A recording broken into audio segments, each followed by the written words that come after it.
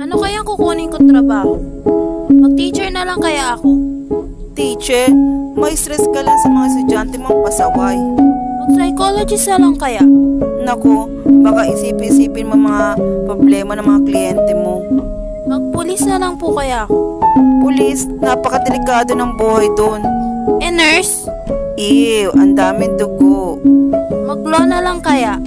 Ang daming sasauluhin. Saka hindi mo kaya ipagtanggol ng mga kliyente mo. The pressure of choosing a career can affect mental health by causing stress, anxiety, and confusion. It can make a person overthink, fear making mistakes, or feel pressured by family and society, which may lower self-confidence and lead to sadness or burnout.